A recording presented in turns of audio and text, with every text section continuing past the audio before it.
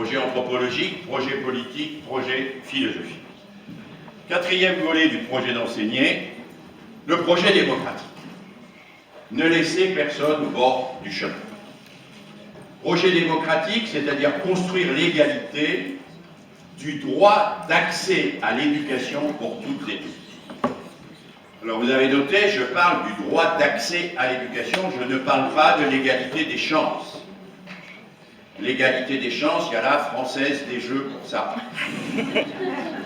Hein? Chacun prend un billet, tous ceux qui gagnent ont pris un billet. Hein? L'égalité des chances, ça consiste à mettre un cul-de-jatte et un marathonien sur la même ligne de départ, à tirer un coup de feu et à dire « le premier arrivé a gagné ». Ça, c'est l'égalité des chances.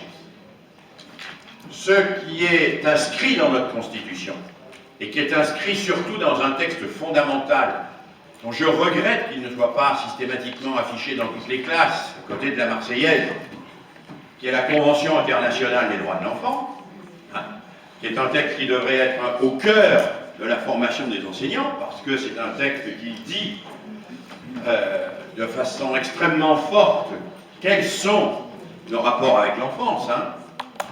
Et je vous fais remarquer d'ailleurs, je vous le dis parce que ça, vous avez besoin de le savoir quand même, c'est qu'au titre de l'article 55 de la Constitution, la Convention internationale des droits de l'enfant, qui est un traité international signé par la France en 1990, est infiniment au-dessus dans la hiérarchie des textes de la dernière circulaire Blanquer. C'est-à-dire que si vous respectez la République, vous respectez aussi la hiérarchie des textes. Et la hiérarchie des textes, c'est la Constitution, les traités internationaux, les lois, et puis derrière, simplement, il y a les décrets, les arrêtés, les circulaires. Et c'est encore derrière les circulaires qu'il y a le petit livre orange.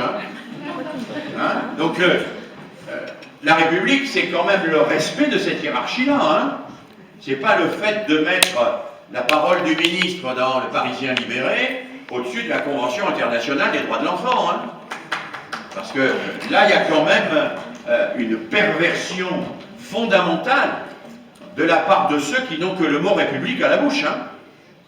Les gens qui n'ont que le mot République à la bouche et qui croient que le dernier interview dans le Parisien vaut plus que la Convention internationale des droits de l'enfant, c'est quand même relativement honteux à mes yeux. Voilà.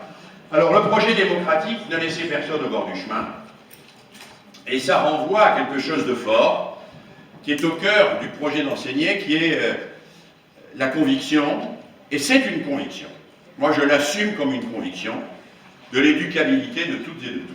C'est une conviction. C'est pas une connaissance. Peut-être qu'on pourrait même me prouver que certains ne peuvent pas apprendre à lire, écrire et compter. Mais moi, ça ne me fait rien.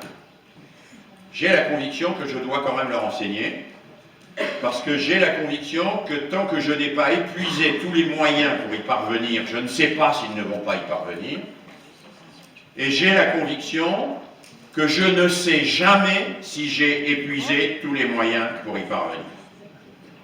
Il y a toujours des moyens que je n'ai pas utilisés, donc je peux toujours continuer. Et je dois toujours continuer. Et à cet égard, il y a dans le métier d'enseignant un volet qui est de construire l'égalité. L'égalité, elle n'existe pas a priori, elle existe en droit. Mais la construire, c'est ne laisser personne au bord du chemin. C'est donner à chacun la possibilité d'accéder aux savoirs fondamentaux. Alors, on pourrait d'ailleurs débattre sur la question des fondamentaux. On en parlera tout à l'heure. Pour Jules Ferry, les fondamentaux, c'est pas lire, écrire et compter. Jules Ferry dit même, lire, écrire et compter, ce sont les fondamentaux d'une école non républicaine. Dans l'école républicaine, les fondamentaux, c'est l'accès à la citoyenneté. Et le lire, écrire et compter, c'est au service de l'accès à la citoyenneté. Donc n'inversons pas les choses. Alors, voilà très rapidement identifié au regard de ce qui est notre histoire, dont nous devons être fiers, parce que nous en sommes les héritiers, au regard de notre histoire, ce que pourrait être le projet d'enseigner. Alors, aujourd'hui, on a des référentiels de compétences de l'enseignement. Je ne nie pas l'intérêt des référentiels, même si je suis en désaccord avec la plupart des référentiels existants, et le dernier en particulier. Mais j'attire votre attention sur le fait qu'aucun métier ne se réduit à la somme des compétences nécessaires pour l'exercer. Le métier de boulanger, il faut doser le levain dans la pâte, chauffer le four, mouler les baguettes, etc., etc. Mais quand vous savez faire tout ça, vous n'êtes pas boulanger. Le boulanger, c'est quelqu'un qui occupe une place symbolique dans la cité, qui a un rapport au temps, qui a un rapport au feu, qui a un rapport à l'histoire en plus, parce que le pain a une signification symbolique dans notre histoire, etc.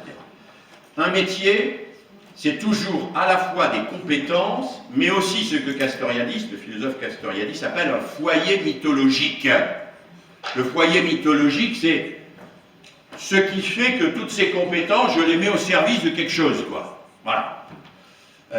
Je me lève tous les matins, pas pour exercer mes compétences, quoi. Hein.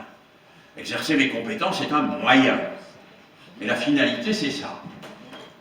Alors, c'est une finalité difficile, hein. Faire tout ça, c'est compliqué. Et on va ensemble l'étudier et le regarder. Après cette première introduction, je vous propose un premier petit travail